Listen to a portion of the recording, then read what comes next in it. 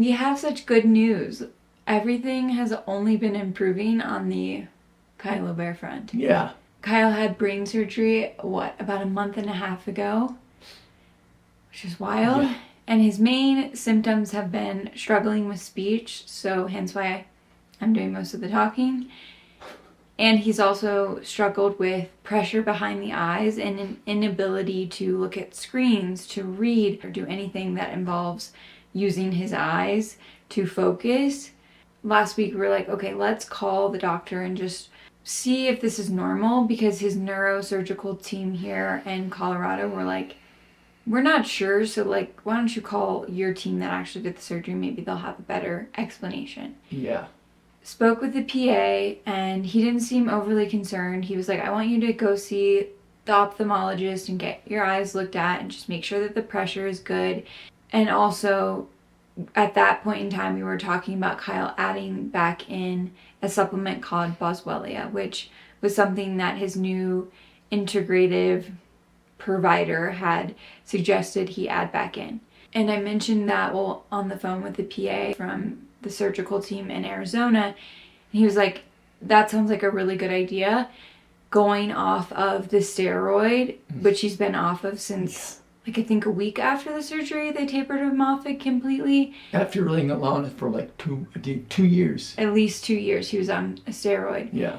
So he said that a lot of that pressure could be that there's still some swelling in the brain because it had a trauma of going through brain surgery. Yeah. It was an elective trauma, but still a trauma.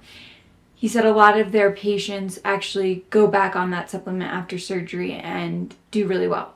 So we're like, okay. We went and picked it up. He started it the next day, that morning, and then went to see the ophthalmologist that afternoon. By the time we got to the ophthalmologist, it was maybe a couple hours after Kyle had taken his first dose of this Boswellia, which is a herb that comes from frankincense, and no pressure. Yeah. No pressure behind the eyes. He was able to look at his phone to text, do whatever, no complaints of pressure. And then within 24 hours, I haven't heard one complaint about his eyes being strained. And the ophthalmologist, to no surprise of us, said, your eyes look great, but he did need to get some glasses. They're looking snazzy. Yes. He needs reading glasses, and he needed them before his cataract surgery. And part of the eye strain was also like not remembering to put on the reading glasses. So his occupational therapist was like, I recommend. And his occupational therapist also recommended him getting progressive lenses to just make it easier to always have the glasses on. So yes, he's getting used to them. We just picked them up yesterday. They're looking real good. Mm-hmm. But there's an adjustment because the lower level is the reading glass and the upper is, he has a very, very small prescription for distance, which came to be after the cataract surgery. The ophthalmologist said your eyes just slightly change over the course of the 6 to year mark after that surgery. So Kyle got glasses. Everything feels like it's on the up and up because we also had a call with the custom peptide vaccine company out of Germany, and it feels so incredibly promising. They get a sample of Kyle's tumor tissue. We send it from the US to Germany. They collect your tumor tissue, and then they do this incredibly in-depth genetic testing, and from there they figure out what peptides they can target through using their vaccine, and then they create a custom vaccine based on your specific tumor. And the idea of the vaccine is that it goes in and builds up your own immune system so that when it sees these markers of whatever, this mutation or whatever it is, it will do what it's supposed to be doing, which is failing to do at this stage in Kyle's body, is to go in and kill those cancer cells. Because we all have cancer cells in our body, but our immune systems, those who don't develop cancer, are able to clear those out of the body and see, hey, that's a mutated cell. it's not healthy and it'll clear it out of the body. His body's struggling to do that. Anyone that has cancer's body is struggling to do that. And this vaccine helps the body to do that. It's showing really great promise and it feels really encouraging. And the doctor that we spoke with said Kyle's case and how his tumor seems to be presenting with the very basic pathology that we've gotten back, he would be a really great candidate and it potentially being extremely beneficial. And the plus side is there are no symptoms. You get 4 vaccines your first time you go. The first one can cause like a bee sting sensation that can linger for a couple days, but that's it.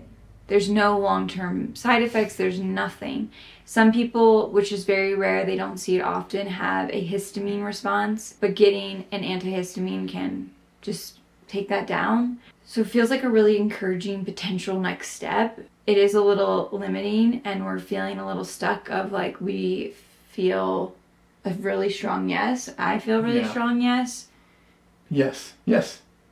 You feel really strong yes? Yes. I feel a really strong yes. But our bank account doesn't feel a very strong yes because the genetic testing alone is $20,000. Then that takes about 4 weeks to get back. And then from there, you have to pay an additional $60,000+ for them to create the custom vaccine. Insurance doesn't cover it because it's in Germany. And there are trials of this vaccine being done here in the US. And unfortunately, with Kyle's case, he is almost never eligible for trials because the requirements for trials for cancer patients are, and specifically brain cancer, are you have to have a first-time diagnosis of said brain cancer, or it has to be your first recurrence.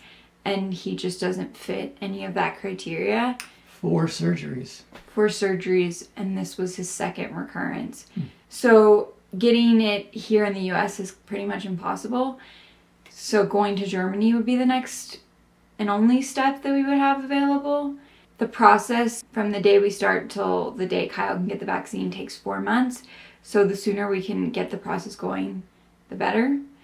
And if we do move forward, Kyle would have to go to Germany. Well, we would have to go to Germany every month and a half and get the vaccine for 10 rounds. And then that's your protocol. Man, I hope it works. So we are manifesting $86,000 is roughly what it comes out to with the conversion from the euro to the dollar. And that doesn't even include any of the travel. But we're trusting that if it's meant to be, it will be, and we will figure it out. And know that if it feels like a yes, things will come to be. But right now we're feeling really hopeful because Kyle's doing so much better. Yeah. That said, if you feel called to help us bring this vision to life of Kyle getting this vaccine, I have linked our GoFundMe in the video description. And if you don't feel called or able to donate even the most marginal amount, just sharing our story and our GoFundMe with your community helps, and it means more than you know. We know that this vision will come to be, and we also know that going to Germany, getting this vaccine is one step that gets Kyle closer to his vision of living till he's 99. And it's just one more puzzle piece to help that become the reality that we know is possible. So we're feeling hopeful, we're feeling positive and seeing so many incredible improvements and trusting this next chapter will unfold as it's meant to. I just hope it's possible. We can get there. That we can get there. I feel like honored. I know. I feel like. Feel hopeful? I feel hopeful. I feel hopeful. See, he needs help with his work. Oh man. It will be. It will be. Because it's meant to.